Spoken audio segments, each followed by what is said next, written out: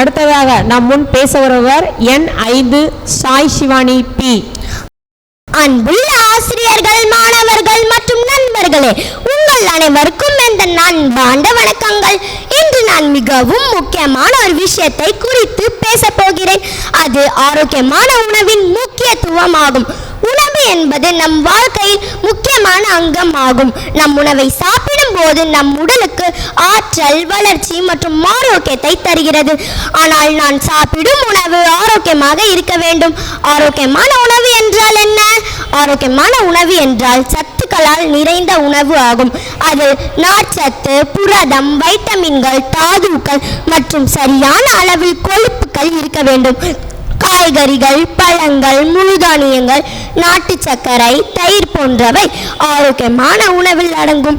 நமது முன்னோர்கள் பயன்படுத்திய இயற்கையான பொருட்களை நாம் அதிகமாக பயன்படுத்த வேண்டும். ஆரோக்கியமான உணவு நம் உடலுக்கு வளர்ச்சியை சீராக்குகிறது. அது நம் உடலுக்கு குழந்தைகள் மற்றும் எளியவர்களுக்கு மட்டும் மிகவும் அவசியம். ஆரோக்கியமான உணவு சிறிய நோய் மற்றும் பெரிய நோயிலிருந்து வராமல் பாதுகாக்கிறது. ஜங்க் உணவு மற்றும் காரமான உணவை சாப்பிட வேண்டாம். நம் ஆரோக்கியமான உணவை சாப்பிடுவோம் என்று விடைபெறுகிறேன். நன்றி, வணக்கம்.